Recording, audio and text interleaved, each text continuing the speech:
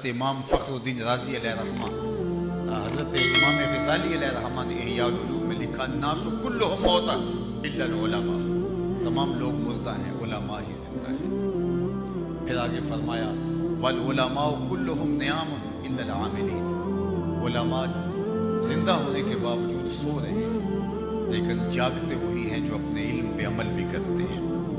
پھر آگے فرمایا والعاملون کلہم فی خسران الا المخلصین، اور سارے عمل کرنے والے بھی خسارے میں ہیں، خسارے سے بچے ہوئے ہیں جو صرف اخلاص کے نور سے مالا مال ہیں، جو مخلص ہیں۔ اور پھر آگے چوتھی منزل بیان فرمائی والمخلصون کلہم علی خطر الا الخائفین، اور مخلص بھی خطرے سے خالی نہیں ہے سوائے ان کے کہ جن کے دل میں اللہ کی خشیت کا۔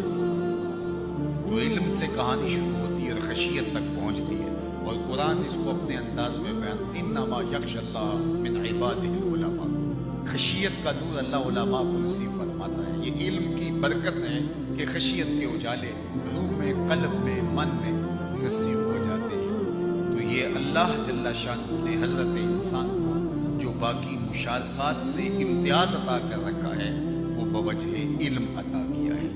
حضرت شیخ الحدیث رحمۃ اللہ تعالی علیہ کی ساری زندگی، ان کا لڑکپن، ان کی جوانی، ان کا بڑھاپا علم کی شمع کو روشن کرتے ہوئے گزرا، اور ہم نے ان کو دیکھا کہ ایک ہاتھ میں ان کے چراغ علم تھا اور دوسرے ہاتھ کے اندر شجاعت اور جرأت کا جو ہے وہ چراغ تھا۔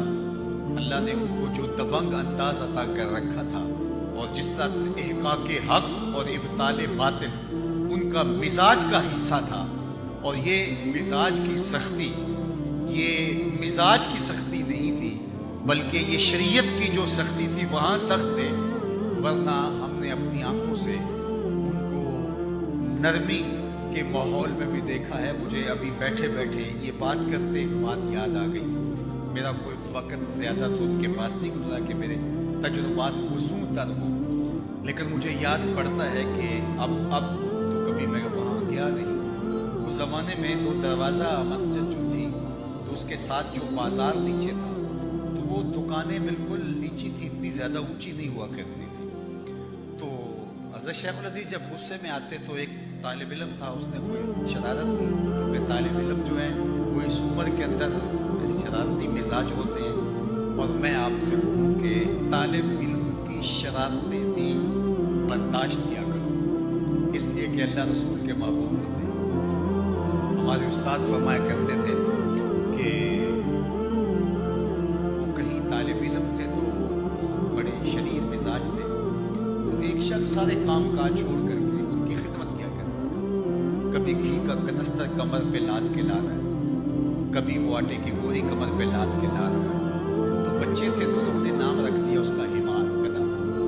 تو جب دکھانے کا وقت ہوتا تو وہ کہتے وہ گدھا گیا ہوا ہے، ہمار گیا ہوا ہے، ابھی آئے گا تو کھانا ہوگا۔ تو اس کو نہیں پتا تھا کہ انہوں نے میرا یہ نام ڈالا ہوا ہے۔ تو ایک دن اسے پتا چل گیا کہ یہ طالب علم مجھے ہمار کہتے ہیں، گدھا کہتے ہیں۔ اس کو بڑا غصہ آیا، اس نے سارا کام کہا یہ پڑھا، میں تمہاری نوکری کروں، میں تمہاری خدمت کروں اور تم مجھے ہمار کہتے ہیں، گدھا کہتے ہیں۔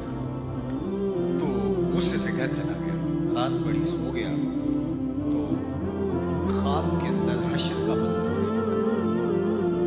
کہ ان طلباء کو جنت کا حکم ہو گیا اور وہ مچل رہے ہیں کہ نہیں نہیں اللہ ہم نے نہیں جانا جب تک ہمارا گدھا ساتھ نہیں جائے گا۔ تو یہ اٹھا اور اس کو پھر واپس اٹھے پہ آ گیا، کہا تم مجھے گدھا کہو، مجھے ہمار کہو، مجھے کھوتا کہو، میں نوکری تمہاری ہی کروں گا، اس لیے کہ اللہ رسول کے تم ہی پیارے۔ طالب علموں کی طبیعت کے اندر یہ جو شرارت ہوتی ہے یہ عمر کا تقاضا ہوتا ہے۔ ہمارے بچے بھی شدید ہوتے ہیں، تو اگر طالب علم شدید ہو تو بعض مسجد کے نمازی وہ بس طالب علموں پہ نظر رکھتے ہیں اور ان کی کسی شرارت کو برداشت نہیں کرتے ہیں۔ ہم اپنے بچوں کی شرارتوں کو، اپنے بچوں کی شرارتوں پہ خوش ہوتے ہیں کہ بچے نے شرارت کی ہے اور اس سے ہم جو ہے وہ اس سے ظرافت کشید کرتے ہیں، لیکن ہم یہ سمجھتے ہیں کہ یہ بچے نہیں ہے کسی کے، اللہ اکبر۔ تو وہ لیکن استاد ان کو جھڑکتا بھی ہے۔